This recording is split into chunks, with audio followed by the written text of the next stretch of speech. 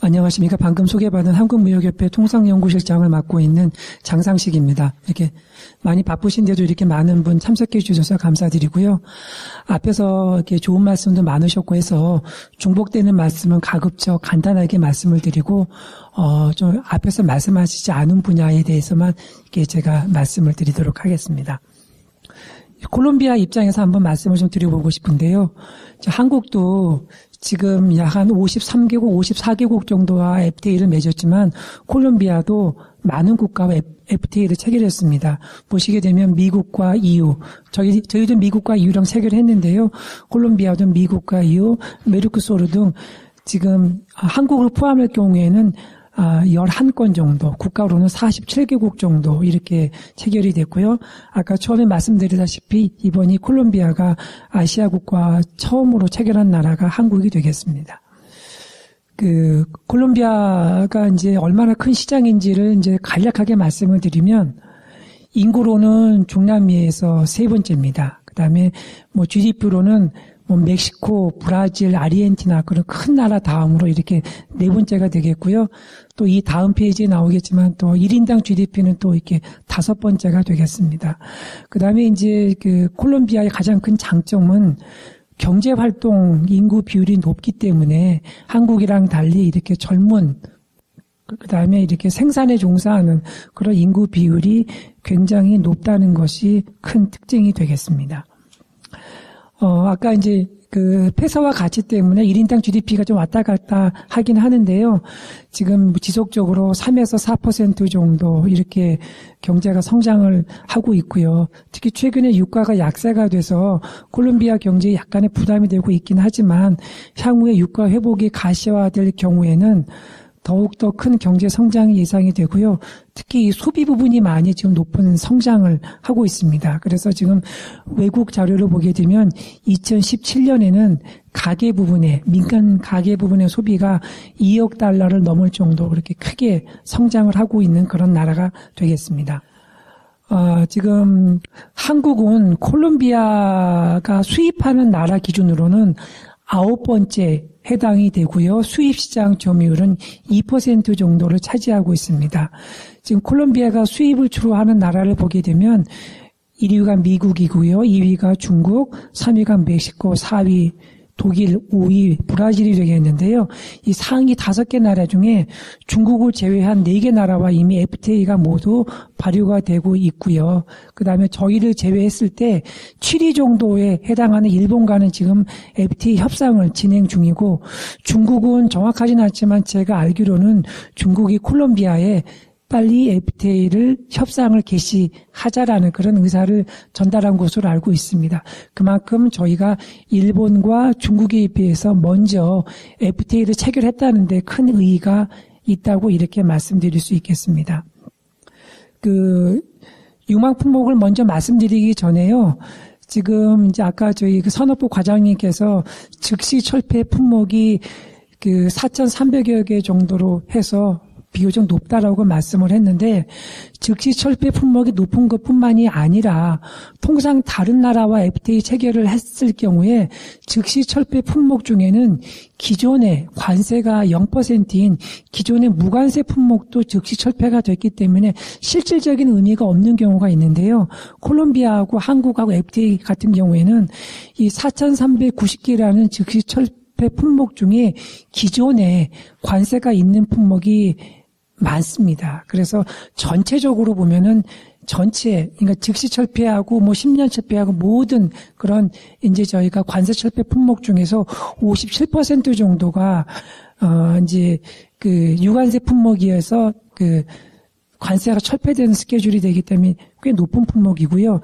이것을 기존의 한국이 다른 나라와 했던 거랑 비교해 보면 한 호주 FTA는 약 한 43%, 한 뉴질랜드는 약 한 28% 등에서 그렇게 유관세 즉시 철폐 품목 비중이 한 콜롬비아가 굉장히 높습니다. 그만큼 효과가 크다라고 이렇게 말씀을 드리고 싶고요.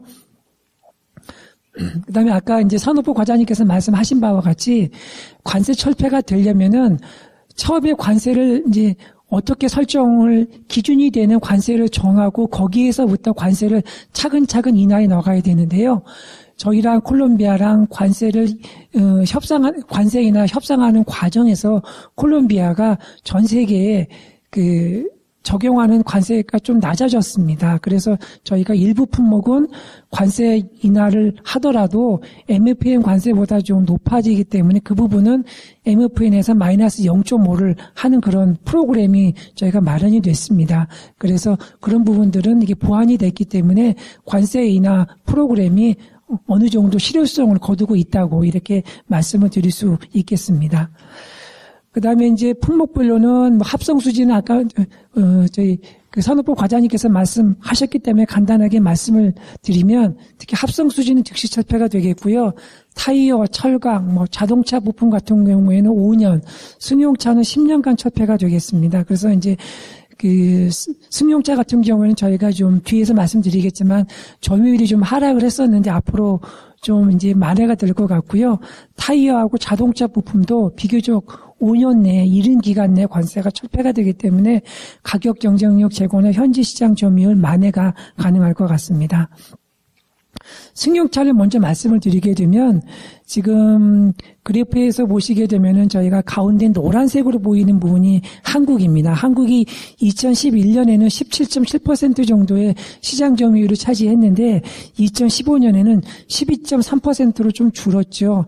반면에 밑에 보시게 되면 멕시코는 15.4에서 작년에 29% 넘게 시장 점유율이 증가했습니다.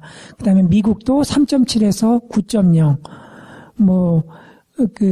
그다음에 독일도 5.4에서 5.8. 그래서 미국, 독일, 멕시코, 콜롬비아에서 FTA를 체결한 나라들의 시장 점유율은 좀 늘었는데 한국과 일본은 좀 줄었습니다. 오른쪽 표를 보시게 되면 관세율을 보시게 되는데 2016년 멕시코는 0%고요. 한국은 이번에 관세 인하 혜택을 받으면 31%로 조금 내려갑니다. 반면 미국과 독일은 이미 17% 정도에 불과해서 한국이 상대적으로 굉장히 불리했었는데요. 그래서 승용차가 앞으로 좀 이렇게 좀 만회가 될 것 같고요. 그 다음에 타이어 같은 경우에도 보시게 되면 지금 저희가 나눠드린 체계를 좀 잘못 나왔습니다. 좀 화면을 좀 참조해 주셨으면 감사드리겠는데요.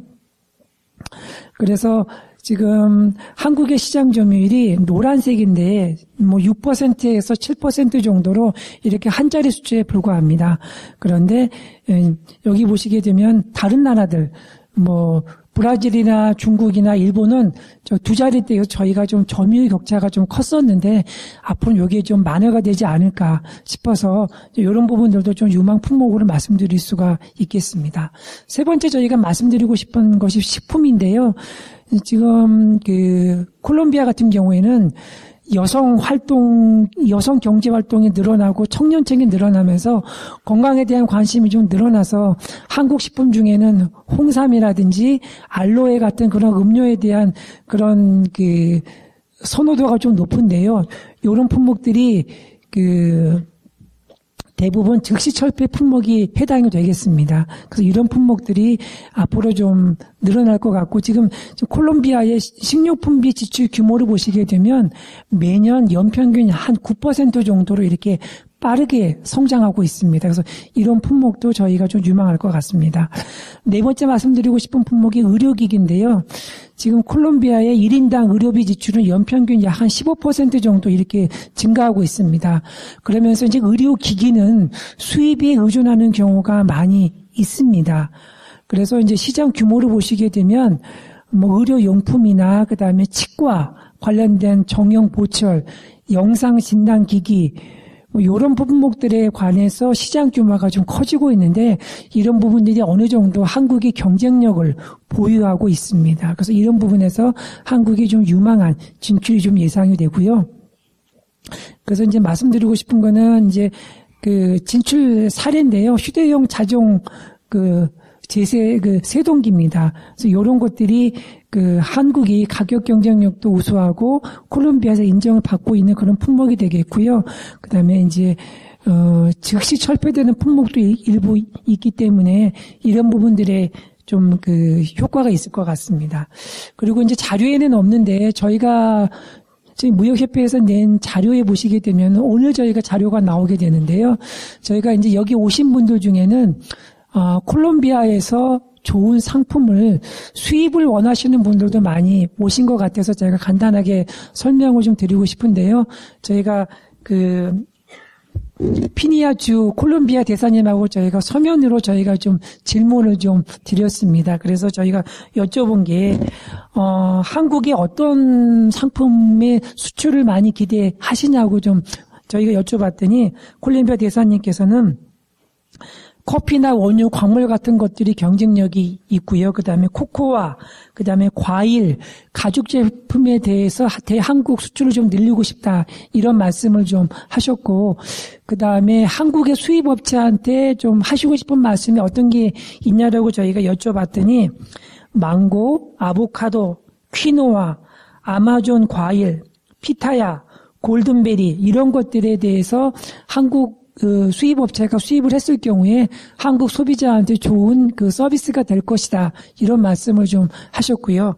그 다음에 콜롬비아에 진출하고 싶은 한국 기업들을 어느 분야가 좀 많이 진출했으면 좋겠냐고 저희가 여쭤봤더니 지금 아까 우리 대외경제정치연구원에서 말씀하신 거랑 비슷한데요. 제조업이나 농업이나 관광 서비스, 그다음에 건설 부문 이런 부분에 있어서 한국의 우수한 기업들이 콜롬비아에 진출해서 좀 콜롬비아와 합작을 많이 했으면 좋겠다 이런 말씀들을 좀 하셨습니다. 그래서 이런 부분들을 좀 참고하시면 될 것 같습니다. 예. 이상으로 제 발표를 마치겠습니다. 감사합니다.